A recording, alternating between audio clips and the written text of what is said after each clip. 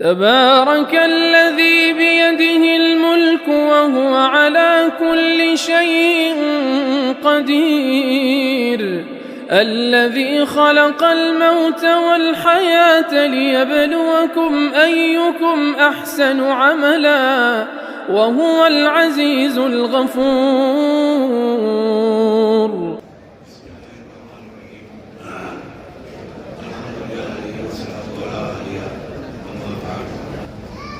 میرے ذہن میں کچھ چیزیں تھیں جو آپ کے سامنے بیان کرتی تھی، لیکن حضرت مولانا مفتی احسان صاحب کا ابتدائیہ جو کہ حاوی بھی تھا، کافی بھی تھا اور شفیع بھی، پھر حضرت مفتی صاحب نام برکاتوں کا بیان وہ مبرہن بھی تھا اور نہایت ہی مطمئن اور اطمینان دلانے والا اور اطمینان انگیز. اس کے بعد اختصار کے ساتھ اور اپنی گفتگو کو سمیٹتے ہوئے میں وقت کے اندر کوشش کروں گا کہ اپنی گزارشات آپ کے سامنے بیان کر سکوں، ورنہ تو وہ معاملہ ہو جائے گا کہ لکھا ہے کہ گندھے کنویں میں ایک صاحب کھڑے ہوئے تھے، وہ چیخ رہے تھے کہ مجھے باہر نکالو باہر نکالو. کوئی راہگیر توجہ نہیں کر رہا تھا. اچانک ایک راہگیر گزرا اور ٹھوکر کھا کر کنویں میں جاتا. اندر جانے کے بعد اس نے پوچھا آپ کون؟ اس نے کہا کہ میں ایک تیار و مددگار آدمی عرصے سے یہاں سے چیخ رہا ہوں، چلا رہا ہوں اور اپنی نجات کے لیے لوگوں کو پکار رہا ہوں، مگر کسی نے توجہ نہیں دی. اس نے دریافت کیا آپ کون؟ کہ میں شاعر ہوں، مطلع ارض ہے. تو مطلع ارض ہے ذرا مختصر اس کے ساتھ اور نہایت ہی وقت کے اندر انشاءاللہ کوشش کرتا ہوں. آغاز میں اور ابتدا میں سیدنا امام بخاری نے اپنا یہ شاہکار جس کا آغاز اور ابتدا بڑے نالے اور البیرے انداز میں کیا، وہ آپ حضرت مفتی صاحب سے سن چکے. اس کے ساتھ ساتھ یہ چیز بھی قابل توجہ ہے اور قابل غور کہ سیدنا امام بخاری کا یہ شاہکار جہاں اپنے اندر تقدیس لیے ہوا ہے مختلف مقامات کی اور مختلف انداز پر اور مختلف اہتمامات انہوں نے کیے ہیں، جس کی بنا پر کتاب کو مقدس پوری کتاب اور کتاب نے معتبریت حاصل کی. اس کے ساتھ سب سے اہم چیز جو ہے جو عند اللہ نہایت ہی کارگر بلکہ سب سے اہم ترین ذریعہ وہ ہے اخلاص، جس کی جانب امام بخاری نے آغاز میں توجہ دلائی. آج اس مجلس میں یہاں پر منعقد کی جا رہی ہے اور بپا ہے، یہ شاید کم و بیش 42ویں یا 43ویں مجلس ہے. ان سلسلے کا تسلسل اور اس کی نشست ثانیہ یعنی دارالعلوم دیوبند کے قیام کے بعد جامع مسجد کے بعد یہ 42ویں یا 43ویں نشست یہاں پر تکمیل بخاری کی منعقد کی جا رہی ہے. وہ دور تھا، ایک عجیب و غریب دور تھا. اس وقت مجھے یاد ہے، اگر میرا حافظہ غلطی نہیں کرتا، کہ جامع مسجد کے اندرون میں اور اندرون حصے میں دیوبند کی جامع مسجد میں حضرت حکیم الاسلام مولانا قاری محمد طیب صاحب نور اللہ وبرکاتہ، جنہوں نے ہر میدان میں نظیر قائم کی اور علیم النظیر شخصیت کے مالک ہیں، انہوں نے آغاز کیا تھا کتاب کا اور یہیں سے انما الاعمال بالنیات، اعمال کے اندر قبولیت کا مدار و انحصار نیتوں کے اوپر ہے. اس کی نیت کا جو قبولیت تھی اس کا اظہار اور اس کا نمایاں اس طرح ہوئی وہ کہ آج آپ کے سامنے یہاں پر یہ ادارہ ہے. کن مراحل سے گزرے، کن صعوبتوں کو برداشت کیا، کن تکالیف کو انگیز کیا اور کیسے کیسے مراجعہ ہے، شاید اس کا تذکرہ خالی نہ ہو اور کوئی بیکار نہ ہو. ایسے مراحل گزرے ہیں. حضرت مفتی صاحب یہاں بیٹھے ہوئے ہیں، آپ بعد میں ہیں اور آپ کو اس نسل کے اندر ہے اور اس سال کے اندر ہیں. وہ مرحلے مفتی صاحب نے اپنی آنکھوں سے دیکھے اور برداشت کیے ہیں کہ کن مرحلوں سے یہاں تک پہنچے. کیا بات تھی کہ جہاں پر قسمہ پرستی کے حالت میں اور نہ کوئی پوچھنے والا، نہ کوئی دیکھنے والا، نہ چھٹائی نہ چھپائی، اس مرحلے کو انگیز کرنے کے بعد آج یہاں پر پہنچے ہیں. یہ طاقت تھی یہ قوت تھی، یہ اس نیت کی قبولیت کا ایک مظاہرہ ہے کہ جو حضرت حکیم الاسلام نور اللہ مرقہ نے اس وقت تلاوت حدیث کے موقع پر جو نیت کی تھی اس کا بلال. نیتیں جب ظاہر ہوتی ہیں عالم کے اندر تو عجیب و غریب رنگ دکھاتی ہیں. حضرت اسماعیل ابراہیم علیہ السلام تعمیر کعبہ کے وقت قرآن مجید نے نقل کیا وَإِذْ يَرْفَعُ إِبْرَاهِيمُ الْقَوَاعِدَ مِنَ الْبَيْتِ وَإِسْمَاعِيلُ رَبَّنَا تَقَبَّلْ مِنَّا إِنَّكَ أَنْتَ السَّمِيعُ الْعَلِيمُ. نیت کا خلوص، صداقت قلبی اور اخلاص نیت، راج وہ عمارت دنیا دیوانہ باد اور وارفتگی کے عالم میں اس کے گرد چکر لگاتی ہے. آپ کی دعا، یہ تو آپ کا عمل تھا، آپ کی دعا جو آپ نے فرمایا کہ ربی اجعل ھذا البلد آمنا وارزق اہلہ من الثمرات. میں نے دیکھا، مفتی صاحب نے توجہ کی اور غور کیا کہ جب کسی جگہ پر خاص الہی رحمت الہی کا نزول ہوتا ہے تو وہاں پر ایک ظاہر کے اندر ایک چیز نمایاں ہوتی ہے، وہ یہ کہ بے موسم پھل کھلائے جاتے ہیں. حضرت خبیب کا واقعہ گزرا بخاری میں کتاب المغازی کے اندر، جس وقت حضرت کو گرفتار کیا اور مکہ کے والوں کے ہاتھوں بیچ دیا ایک قبیلے کے لوگوں نے، اور مکہ والوں نے جان لینے کے لیے حضرت کو قید کیا ہے. اس گھر میں حضرت کو قید کیا.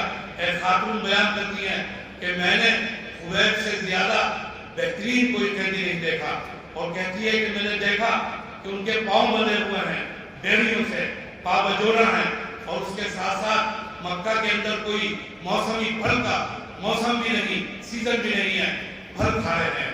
انگور کا خوشہ ان کے ہاتھ میں انگور کھا رہے ہیں. قرآن مجید بیان کرتا ہے کہ فلما دخل زکریا عند المحراب وجد عندها رزقا قال یا مریم انا لک ھذا قالت هو من عند اللہ. زکریا جب پہنچے ہیں حضرت مریم کے پاس تو دیکھا کہ وہاں پھلوں کے حضرت کی شریر کے نیچے اور تخت کے نیچے. دریافت کیا کہ مریم یہ بے موسم پھل کہاں سے؟ کہا کہ یہ میرا رزق ہے جو حق تعالیٰ کی جل وجہ کی جانب سے ہے. ہنالک دعا زکریا ربہ. مفسرین کہتے ہیں جان آیت کی یہ لفظ ہے کہ ہنالک دعا زکریا ربہ. سمجھ گئے زکریا کہ رحمت الہی کا نزول ہے اور اسی مقام پر ہے، اسی جگہ اسی وقت وہی دعا کی ہے اولاد کی اور قبول ہوئی ہے. تو یہ اہم ترین بات ہے اور سب سے اہم ترین چیز کہ نیت کی قبولیت. عجیب انداز میں ابراہیم نے دعا کی ربی اجعل ھذا البلد آمنا وارزق اہلہ من الثمرات. جب یہ دعا کر رہے تھے بے آب و بیا وادی کے اندر، ایک ایسے مقام کے اندر جہاں پر نہ پانی تھا، نہ جہاں پر ہریالی تھی، نہ جہاں پر سبزہ تھا، نہ کوئی سبزہ دار، وہاں پر دعا کوئی تصور نہیں کر سکتا تھا. کوئی ذہین ترین شخص، کوئی مدبر، کوئی سیاستداں، کوئی فریز اس بات کی پیشن کوئی نہیں کر سکتا تھا کہ یہاں پر ایسے حالات پیدا ہوں گے کہ دنیا کے پھل وہاں پر موجود ہوں گے. آج دنیا کا ہر پھل وہاں پر مہیا اور فراہم ہے. تو وہ دعا کر کیا تھا؟ یہ نیت کا اخلاص اور دعا کی قبولیت کے اندر اخلاص نیت کا فرما تھا. پھر یہ مظاہر متعدد جگہ پر اللہ تعالیٰ رونما فرماتے ہیں، ظاہر فرما دیتے ہیں اس کائنات کے اندر.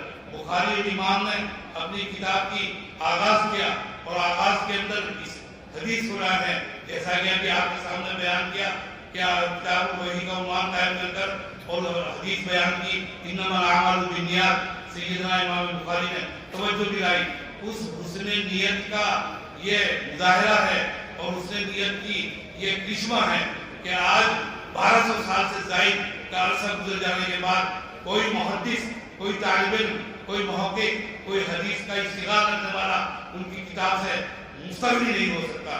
ان کی کتاب کی جانب مجبور ہے. یہ ان کی خلوص نیت کا کمال ہے.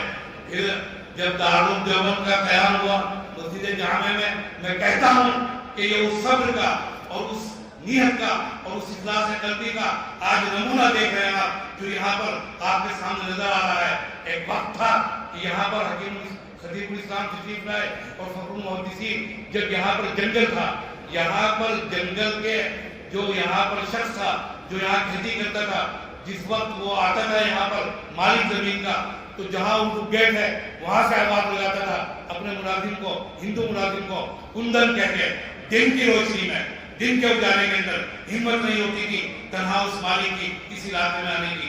یہاں پر جب آئے مذبح تھا قریب کے اندر, کچھ یہاں پر گیت بیٹھے ہوئے تھے.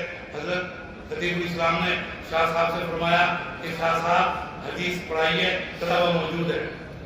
کوئی تصور نہیں کر سکتا تھا کہ یہ باہر آئے گی, یہ یہاں پر ایک عجیب و غریب قسم کا میلہ لگ جائے گا اور ایک یہاں جنگل میں منگل کا سما پیدا ہو جائے گا. وہی اخلاص نیت, وہی صفائی نیت, وہی خلوص قلب, اسی کا سارا کرشمہ ہے. اس انداز سے صبر کیا, اس طور سے صبر کبھی ہوتا ہے اقتدار کی جانے پر, کبھی صبر ہوتا ہے موت پر, کبھی صبر ہوتا ہے مال کے ضیاع پر, کبھی صبر ہوتا ہے اپنی اشیاء کی پوشیدگی پر, اور اسی کے مطابق حق تعالی عطا فرماتے ہیں. آپ نے حدیث پڑھی, سیدنا ابن عمر رضی اللہ تعالیٰ عنہ پہنچے ہیں اپنی ہمشیرہ حفصہ کے پاس رضی اللہ تعالیٰ عنہ. کہتے ہیں کہ جب میں پہنچا تو وہ غسل کر کے آئی تھی, ان کے بالوں سے پانی کے قطرات ٹپک رہے تھے. ابن عمر نے کہا وہاں پر حفصہ سے, اپنی بہن سے, کہ دیکھ رہی ہیں آپ کہ باہر کیا ہو رہا ہے, وہاں پر کیا کس قسم کا ماحول بنتے جا رہا ہے اور جس میں ہمیں کوئی اہمیت نہیں دی جا رہی ہے, ہمیں پوچھا نہیں جا رہا ہے. بہن حفصہ سیدنا عمر کی صاحبزادی اپنے باپ کا رنگ لیے ہوئے کہا اٹھیے, ابھی جائیے, تشریف لے جائیے, آپ کے نہ جانے سے معاملات اور زیادہ خراب ہو جائیں گے. آپ پہنچیے مجلس میں.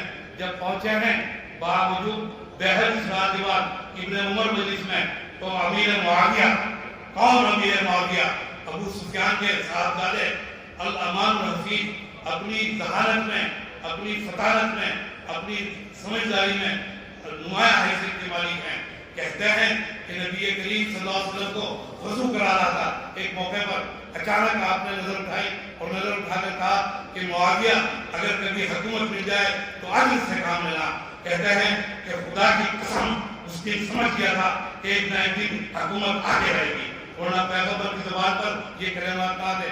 ایسا فردی شخص امیر معاویہ رضی اللہ تعالیٰ عنہ دیکھا ابن عمر کو, سمجھ گیا مجلس میں, کہا میں یرید ان یتکلم فی ھذا الامر فلیطلع لنا قرنہ, جو اس معاملے میں کوئی کچھ کہنا چاہتا ہے آئے ہمارے سامنے, اپنا سر اٹھائے اور بات کرے, ہم اس کو جواب دیں گے.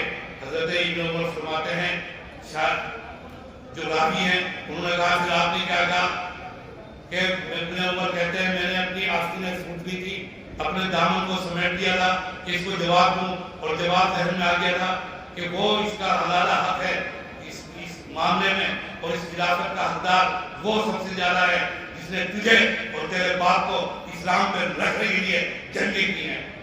لیکن مجھے وہ خیال آ گیا کہ جو حق تعالیٰ جل مجدہ نے صبر کے لیے جنت میں انعامات تیار کیے ہیں اور جنت میں اجر کا وعدہ کیا ہے, وہ میرے ذہن میں آ گیا اور میں خاموش رہا. کہتے ہیں راوی کہ میں نے عرض کیا کہ حضرت حفیظ تھا, وہ عصیم تھا, آپ محفوظ ہو گئے اور آپ نے بچا لیا معاملات کو, اپنے اختیار میں کر کر, اپنے کنٹرول میں کر لیا. وہ صبر حضرت حکیم الاسلام نور اللہ برکتہ اور ان کے شرکاء, ان کے مشاہدین, ان کے مشاہدین اور ان کے معاونین, ان کا صبر الامان الحفیظ کیا طریقے اور کس انداز پر یہاں پر پہنچے ہیں, اسی کا نتیجہ ہے کہ آج یہاں پر یہ مجلس قائم و دائم ہے. امام بخاری نے توجہ دلائی, پھر آخر میں پہنچے ہیں گفتگو کرتے کرتے وَنَضَعُ الْمَوَازِينَ الْقِسْطَ لِيَوْمِ الْقِيَامَةِ, کہ ہم ترازو قائم کریں گے. اہل ایمان کے لیے تو کوئی شبہ نہیں, کوئی کسی قسم کا ریب نہیں, کوئی ان کو اندیشہ نہیں, اس لیے کہ ارشاد فرمایا وَالْوَزْنُ يَوْمَئِذٍ الْحَقُّ, وَالْوَزْنُ يَوْمَئِذٍ الْحَقُّ, اس کے لیے ان کے لیے کوئی کسی قسم کا. لیکن بعض اہل عقل ہیں جو عقل کے اتباع کرتے ہیں, عقل کو رہنما مانتے ہیں, عقل کی اتباع کے اندر انہوں نے اپنی زندگیاں گنوا دی. وہ اشکال کرتے ہیں کہ کیسے اعمال وہاں کیسے مجسد ہو جائیں گے, کیسے اعمال جسم اختیار کریں گے, کیسے شکل اختیار کریں گے, نماز کیا شکل اختیار کرے گی. احادیث کثیرہ بیان کی حضرات محدثین نے. ابن عباس کا قول ہے کہ جو یہاں عمل ہے وہ وہاں پر جسم اختیار کر لے گا. بات ختم ہو گئی ابن عباس کے قول کے بعد. اور حدیث میں ہے کہ قرآن مجید قبر کے اندر وحشت کے وقت, جب وحشت ہوگی قبر کے اندر تو سر کی جانب سے آئے گا, شاعر کا جو نقطۂ نظر دوسرا ہے وہ تو بڑی شوقی کرتا ہے. داغ دہلوی نے کہا قبر میں حسرت و ارما غنیمت ہے داغ رفتہ رفتہ انہی یاروں سے رہ جاؤں گا. حدیث حقیقت واضح کرتی ہے, حقیقت کو کھولتی ہے. اور شوقی کی ایک موقع پر داغ نے اور کہا کہ مقابلہ ہے حشر میں رقیبوں سے, چھپا ہوا کوئی خنجر میرے کفن میں رہے. وہاں اتنی ہوش رہے گا کہ وہاں رقیبوں سے مقابلہ کرے گا. ایک عالم نے اس کے شعر کو نقل کیا ایک موقع پر اور لکھا بسیار شوقی کرتا, بہت شوقی کی ہے, حد سے زیادہ شوقی کی ہے. تو حدیث تو حقیقت کھولتی ہے. حدیث میں فرمایا نبی کریم نے قرآن آئے گا سر کی جانب سے, نماز آئے گی داہنی جانب سے قبر کے اندر حفاظت کے لیے, اور زکوٰۃ آئے گی پاؤں کی جانب سے, اور روزہ آئے گا بائیں جانب سے. کشمیری کہتے ہیں کہ اس لیے کہ بادشاہ کا کلام ہے قرآن مجید کہ سر کی جانب سے آئے گا. اور حدیث میں ہے کہ جس شخص نے اپنے بچے کو قرآن مجید کی تعلیم دی, قیامت میں اس کو تاج پہنایا جائے گا. اس کے سر پر ایک عجیب و غریب قسم کا تاج نہایت منفر اس کے سر پر رکھا جائے گا. یہ سر کی جانب سے اور بادشاہ کا کلام ہے. کشمیری نے ایک موقع پر آمین بالجہر و آمین بالسر کے موضوع پر گفتگو کرتے ہوئے کہا کہ بادشاہ کا کلام ہے, بادشاہ کا کلام ہے, مجال نہیں کسی انسان کا کہ بیچ میں دم مارے. جب بادشاہ کا کلام پڑھا جا رہا ہو, آمین بالجہر کے بارے میں کہا کہ جب بادشاہ کا کلام پڑھا جا رہا ہے کسی انسان کا مجال نہیں کسی کی کہ بیچ میں دم مار سکے, تو سر کی طرف سے آئے گا. مال چل پھر کر کمایا تھا, مال چل پھر کر اس پاؤں سے, جستجو سے, محنت سے, کوشش سے, بھاگ دوڑ سے, تو سر پاؤں کی جانب سے. اور نماز برہان ہے. اور ایک حدیث میں ہے شیطان کے اوپر حملہ ہے, تلوار اور برہان اور دستاویز ہاتھ میں ہوتی ہے, دائیں جانب سے آ جائے گی, شکل اختیار کر لے گی. اور روزہ بائیں جانب سے. حدیث میں روزے کو الصوم جنہ کہا گیا ہے, ڈھال کہا گیا ہے, جو بائیں ہاتھ میں ہوتی ہے, بائیں جانب سے حفاظت کرے گا. شیخ ابن عربی محی الدین شیخ اکبر المعروف ابن عربی وہ کہتے ہیں, شیخ اکبر ان کا کشف ہے کہ تمام کلمات قبر کے اندر مساعد و معامل ہو کر آ جائیں گے. لا الہ اللہ اکبر آئے گا سامنے کی جانب سے, اعلان کی چیز ہے. جہاد میں سامنے کی جانب سے آئے گا, داہنی جانب سے, اعلان کی چیز ہے, تکبیر کی چیز ہے. جہاد میں علم اور علم جہاد داہنے ہاتھ میں ہوتا ہے. اور کلمہ طیبہ لا الہ الا اللہ سامنے سے آئے گا, سامنے کی چیز ہے. اور الحمد پاؤں کی جانب سے اور پچھلی جانب سے آئے گی, پیچھے کی جانب سے, کہ ہر چیز کے ختم اور اختتام اور انتہا پر ہوتی ہے. تمام کلمات مجسد ہو جائیں گے. بلکہ آگے دعویٰ کیا اہل علم نے, اور کون اہل علم؟ کشمیر نے دعویٰ کیا کہ میں کہتا ہوں کہ معانی بھی متجسد ہو جائیں گے, معانی بھی متجسد ہو جائیں گے, اعمالی نہیں معانی. اور فرمایا کہ وَإِنَّ جَهَنَّمَ لَمُحِيطَةٌ بِالْكَافِرِينَ, جہنم نے کافروں کو گھیرے ہوا ہے جو ہمیں اب نظر نہیں آتی. لیکن فَكَشَفْنَا عَنْكَ غِطَاءَكَ فَبَصَرُكَ الْيَوْمَ حَدِيدٌ, جب یہ پردہ ہٹ جائے گا, یہ عالم بدل جائے گا, تو نظر آئے گا کہ جہنم نے آج بھی گھیرا ہوا ہے کفار کو, اور محیط ہے, چہار جانب سے گھیر رکھا ہے. اس پر گفتگو کی ہے علامہ آلوسی نے اپنی تفسیر معرفۃ الاعلیٰ تفسیر روح المعانی کے اندر, اور دبانی نے اپنے رسالے کے اندر, اور احادیث سے اور دوسری روایات سے اس مضمون کو اور اس مفہوم کو مؤید کیا ہے. ان حضرات نے, تمام حضرات نے اس پر گفتگو کی ہے کہ تمام اعمال شکل اختیار کر لیں گے اور ان کا پھر وزن کرنا آسان ہو جائے گا. بلکہ اشعار بھی میں لایا تھا جو کشمیری نے کہے اس سلسلے میں, وہ اشعار بھی آپ کے سامنے سنا رہے تھے, لیکن وقت کی تنگی ہے, میں اس لیے اس کو روکتا ہوں. سن لیجیے, مفتی صاحب کی فرمائش ہے اس لیے پیش کرتا ہوں.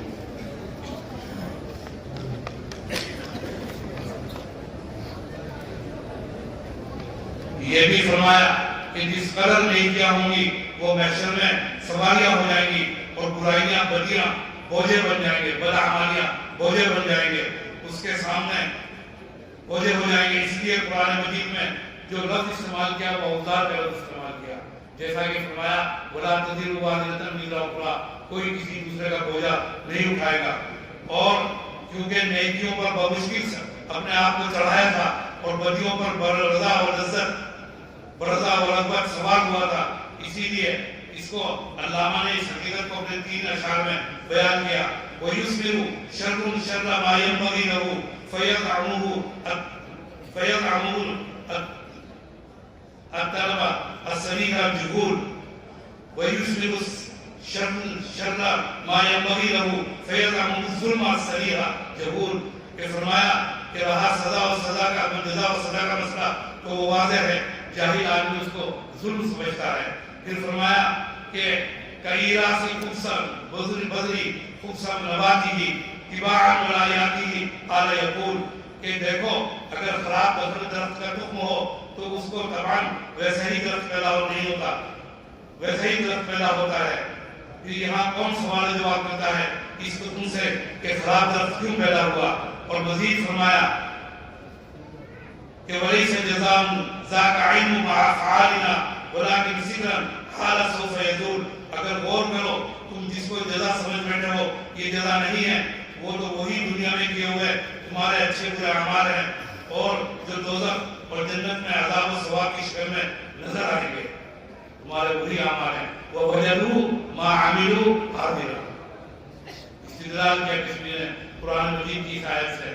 اور حضرات اکابر دیوبند، حضرت نانوتوی، حکیم الاسلام، حضرت مولانا قاری محمد طیب صاحب اور دوسرے اکابر نے احادیث سے ثابت کیا ہے روز روشن کی طرح پر. کوئی خفا نہیں، کوئی کسی قسم کا شبہ نہیں اس امر کے اندر کہ اعمال وہاں پر جسم اختیار کرنے کے اور ان کا تولنا. اور آج نہ ضرورت ہے محی الدین ابن عربی کی، نہ ضرورت ہے غزالی الامام کی، نہ وہاب شاعرانی کی، نہ بادشاہ ولی اللہ کی. آج سائنس نے ہمارے لیے سب ثابت و اشاعت کر دیا. کشمیری سے دریافت کیا گیا کہ فلسفہ قدیم اقرب الاسلام ہے یا سائنس جدید اقرب الاسلام ہے. فرمایا کہ فلسفہ قدیم ابعد من الاسلام ہے اور سائنس جدید اقرب الاسلام ہے. اور فرمایا کہ مجھے یقین ہے کہ جتنے معجزات حضرات انبیاء کے ہاتھ پر صادر ہوئے ہیں وہ سب کے سب ان حضرات سے، ان انگریزوں سے اللہ تعالیٰ سب کا سب یہاں پر ثابت کرا دیں گے اور ان کے ہاتھ پر ان سے وجود پذیر ہو جائیں گے ان کے ہاتھوں کے اوپر. اور خاص طور سے انہی کے غیر منکرین اور غیر مومنین کے ہاتھوں پر، اس لیے کہ مومن تو ایمان رکھتا ہے، ان معجزات پر یقین رکھتا ہے. جو منکر ہیں ان کے ہاتھ پر اللہ تعالیٰ ظاہر فرما دیں گے. آج کیا چیز نہیں ہے، تمام دنیا کے اندر جو چیزیں آ رہی ہیں یہ کیمرے لگے ہوئے ہیں، تمام کے تمام کیمرے ایک ایک سیکنڈ کی آپ کی حرکت وہاں پر ریکارڈ ہو رہی ہے. یہاں تک کہ آپ کی اسپیڈ کیا تھی کار کی، کس اسپیڈ سے گئے، کار کا رنگ کیا ہے، آپ بھی تشریف فرما نظر آئیں گے کار کے اندر. آپ کا نمبر بھی نظر آ جائے گا، کار کا رنگ بھی نظر آ جائے گا، کار کا ماڈل بھی نظر آ جائے گا. ماڈل سے آپ کی تمام تفصیلات حکمراں اور حکام سب تفصیلات آپ کی معلوم کر لیں گے. ایک ایک چیز آپ کی معلوم کر لیں گے کہ یہ گاڑی سیکنڈ ہینڈ ہے، یہ فرسٹ ہینڈ ہے، کہاں سے خریدی گئی، کہاں بکی گئی. جب آپ یہاں پر یہ مشاہدہ کر رہے ہیں، کیا خیال ہے اللہ تعالیٰ کے کیمرے کے بارے میں، کیا خیال ہے اللہ تعالیٰ کی نظر کے بارے میں، کیا خیال ہے اللہ تعالیٰ کے علم کے بارے میں. ان اللہ علی کل شیء قدیر، وہ علیم ہے، علام ہے اور ہر طرح کا علم ان کو حاصل ہے. تو ان کو معلوم نہیں ہوگا، یقیناً وہ معلوم ہوگا اور وہ ضرور انشاءاللہ مزید اعمال کو توڑ کر اور وزن کر کر. شارحین نے کہا کہ وہ علیم ہیں، علام ہیں، جاننے والے ہیں، تو تحصیل حاصل ہے. کیوں، کس کے لیے؟ فرمایا کہ اپنے لیے نہیں بلکہ عبد کے لیے، بندے کو دکھانے کے لیے، بندے کو جتانے کے لیے اعمال کا وزن کیا جائے گا اور اعمال کو توڑا جائے گا. وہ انما الاعمال بالنیات جس کی جانب آغاز میں امام بخاری نے توجہ دلائی تھی، اگر وہ نیت کا خلوص اور صفائی قلبی اور صفائی نیت حاصل ہے تو اس کا وزن، اس میں وزن ہوگا اس عمل میں، اور وہ وزن یہاں پر آپ کے کام آئے گا اور جب تولا جائے گا میدان کے اندر اس کو رکھا جائے گا.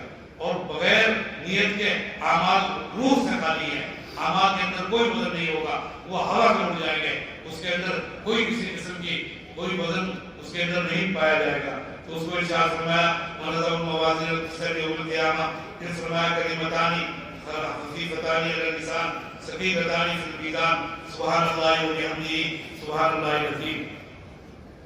یہ دو کلمے ہیں جو زبان کے اوپر نہایت ہی ہلکے پھلکے، جن کی ادائیگی بہت سہل اور آسان، لیکن ترازو اور میزان کے اندر نہایت ہی باوزن ثابت ہوں گے۔ وہ کیا ہے؟ سبحان اللہ وبحمدہ سبحان اللہ العظیم۔ ایسا کلمہ ہے سبحان اللہ کہ نصف ترازو کو بھر دے، اور ترازو آسمان اور زمین کی وسعتوں کے درمیان جو وسعتیں ہیں اس کے ہم پلہ اور اس کے برابر ہے، اس کا نصف پلہ بھر دے۔ اور سبحان تسبیح سبحان اللہ العظیم، وہ باقی نصف سبحان اللہ تملا میزان، آج باقی نصف میزان کو بھر دے۔ وہ کلمات اتنے عجیب و غریب، یاد رکھنا کہ کلمات کے اندر وزن ہوتا ہے، اور کلمات کے اندر وزن شخصیت کے وزن سے پیدا ہوتا ہے، اس کی نیت سے پیدا ہوتا ہے۔ فارسی والے بھی کہتے ہیں قول مردان جان آ رہا، کہ مردوں کی بات میں وزن ہوتا ہے۔ اس وزن کو اگر اپنے اعمال میں پیدا کرنا ہے تو اس کی شرط اول ایمان، پھر اس کے اندر نیت اور خلوص نیت اور اخلاص نیت مطلوب ہے۔ اس کی جانب امام بخاری نے توجہ دلائی۔ اس مختصر گفتگو کے بعد پھر اب یہ ہے، اب آپ سے کچھ گزارشات ہیں، وہ بھی مختصر انداز میں۔ اب آپ یہاں سے فارغ ہو کر جا رہے ہیں۔ ایک چیز کی جانب مفتی صاحب مدد لوگوں نے آپ کو توجہ دلائی اپنے انداز میں کہ آپ کو اپنا معاش پیدا کرنے کے لیے باعزت ذرائع اختیار کرنے چاہیے۔ پھر دین کی خدمت ہو تو عجیب و غریب قسم کا ایک منظر سامنے آئے گا، ایک عجیب و غریب قسم کا ماحول پیدا ہو جائے گا۔ جب آپ نے یہ علم حاصل کیا ہے تو مطالعے کو اپنا شعار بنائیے، مطالعے کا قصد کیجیے اور مطالعہ کیجیے۔ کشمیری نے توجہ دلاتے ہوئے فرمایا کہ قرآن مجید اور بخاری شریف اور ہدایہ شاہدین عربیت کے پیش نظر رہے ہیں، ایک عالم کے پیش نظر رہے ہیں، عربی زبان کی شوق رکھنے والے کو اس کا مطالعہ کرنا چاہیے۔ پھر فرمایا میں کہتا ہوں کہ حجت اللہ شاہ ولی اللہ کی اور اللہ سے کچھ بھی مطالعے میں رہنا چاہیے، مطالعے کا اہتمام ہو۔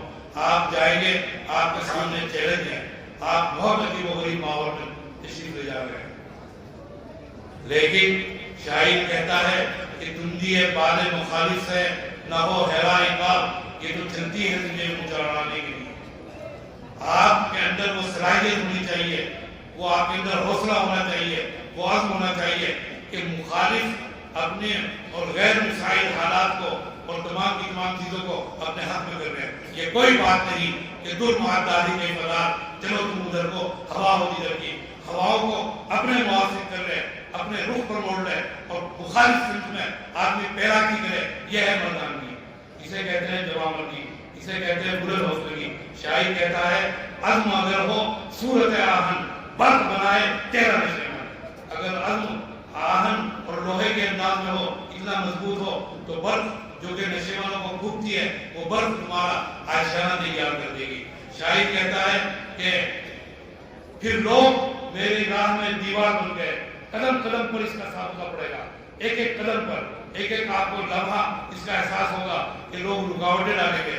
آسان نہیں ہے اپنی منزل پر پہنچنا، بڑا اس کے لیے تک دو پاپڑ بیلنے پڑتے ہیں، بڑی محنتیں کرنی پڑتی ہیں، بڑی مشقتیں برداشت کرنی پڑتی ہیں، بڑی صحبتیں انگیز کرنی پڑتی ہیں، تب آپ منزل سے ہمکنار ہوتا ہے۔ شاعر کہتا ہے کہ پھر لوگ میری راہ میں دیوار بن گئے، میری تھکن کو بھی سایہ دیوار چاہیے۔ مخالف حالات کو اپنے موافق سمجھنا اور اپنے موافق کر لینا۔ آپ کا تعلیم، جناب نبی کریم صلی اللہ علیہ وسلم کی سیرت، آپ کے حیات، آپ نے مکہ کے ماحول کو، مخالف فضاؤں کو، مخالف ہواؤں کو، مخالف سرزمین کو، مخالف قبیلے کو، مخالف اعزا کو، مخالف اقارب کو، مخالف تمام قبائل کو، پورے ماحول کو اپنے حق میں آپ نے موڑ دیا۔ اپنی نیت کی بلندی، اپنی نیت کے خلوص، اپنے آہنی عزم اور اپنی دعوت کی خالصیت کی بنیاد پر اور اپنے اخلاص کی بنیاد پر 23 سال میں آپ نے انقلاب پیدا کر دیا پوری جزیرہ عرب کے اندر، بلکہ کائنات کے اندر۔ ایک انقلاب پیدا کر دیا آپ نے. اس نبی کے وارث، اس کی علم کے وارث آپ ہیں. آپ اس کے وارث کہلاتے ہیں. آپ کے سامنے بھی آسانیاں نہیں ہیں. عجیب و غریب قسم کے افکار اور نظریات سے آپ کو سابقہ پڑے گا. فتنہ شکیلیت بلا ہے، شکیل بن حنیف، قادیانیت ہے اور عجیب و غریب قسم کے افکار ہیں. ابھی میں دیکھا تھا ایک صاحب کہتے ہیں کہ میرا نام فلاں ہے اور میں نبی ہوں. لا حول ولا قوت الا باللہ، ولا حول ولا قوت الا باللہ. اسے پتہ ہی نہیں بدنصیب کو کہ وہ کیا کہہ رہا ہے. اسے پتہ ہی نہیں وہ کیا کہہ رہا ہے. مسیلمہ کذاب کے پاس پہنچے جناب نبی کریم، آپ کے ساتھ حضرت شماس بن قیس بھی ہیں. آپ نے فرمایا،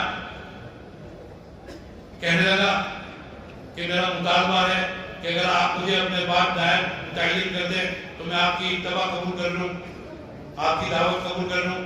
آپ کے ہاتھ میں کھجور کی معمولی ٹہنی ہے، معمولی ٹہنی. آپ نے کہا نبوت تو اگر اس ٹہنی کو بھی مانگے گا یہ بھی اس کا بھی دینے کا وعدہ نہیں ہوں.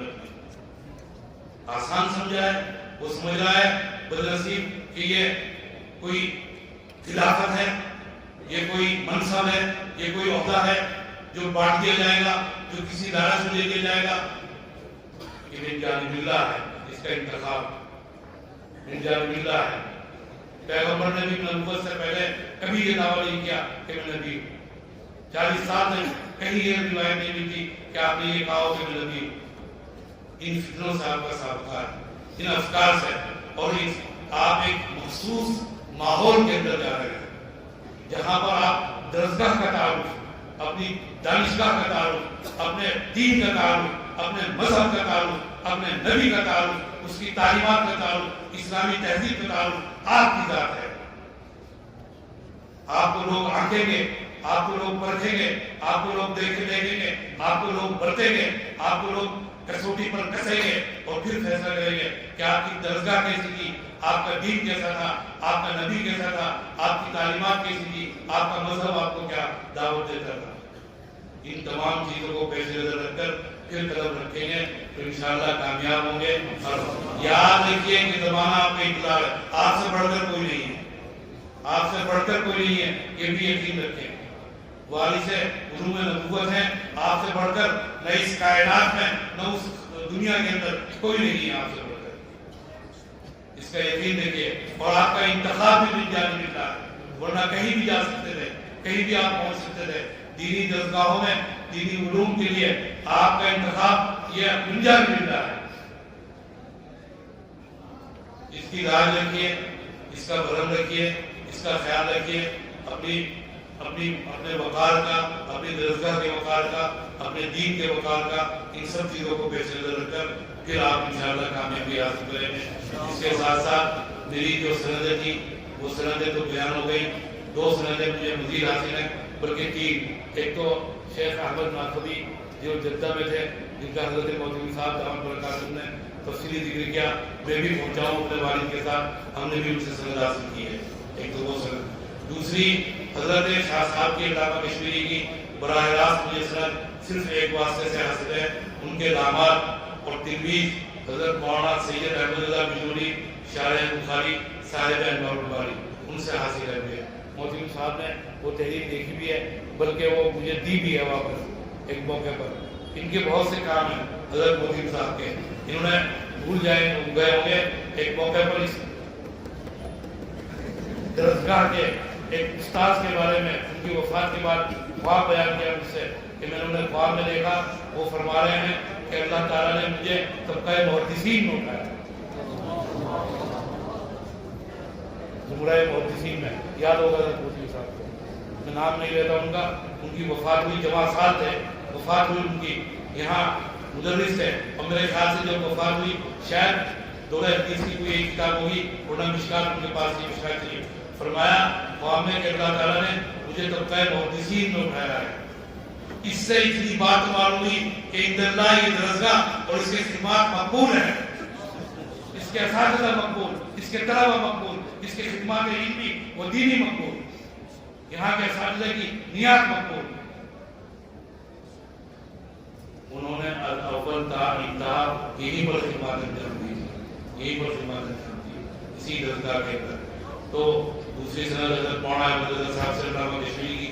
تیسری شیخ عبد الفتاح ابو ہدہ جو شام کے عالم ہیں اور ظاہر کوسی کے شاگرد ہیں اور علماء دیوبند کے عاشق علماء دیوبند کے, اور بہت سی کتابوں اور علماء دیوبند کو ان کی انہوں نے ایڈٹ بھی کیا ہے اور اس کو انہوں نے تقریر اور نہایت تحقیق کے ساتھ بڑی آبتاب کے ساتھ بیرون سے شائع بھی کرایا ہے اور بڑی خدمات انجام دی ہیں. وہ دارالعلوم دیوبند تشریف لائے سن 78-79 کے اندر. دیوبند کے مہمان خادم میں مقیم تھے طلباء دارالعلوم, ان سے حدیث کی سند لینے کے لیے مجھے بھی پتہ نہیں تھا کہ اس وقت میں بھی پہنچ گیا اور حدیث کی سند آ سکتی. تیسری سند وہ ہے. ان تمام واسطوں سے آپ کو روایت حدیث کی اجازت ہے. چوتھی بات جو عرض کرنی تھی وہ یہ کرنی تھی کہ آپ یہاں پر تشریف لائے, اس ادارے نے آپ کی خدمات انجام دی. اپنی ہمت سے بڑھ کر, اپنے وسائل سے بڑھ کر اور اپنی محدود وسائل سے بڑھ کر آپ کی خدمات انجام دی. نہ ایسی تدریس, نہ ایسی تعلیم, نہ ایسے انتظامات آس پاس کی درگاہوں میں نہیں ہیں.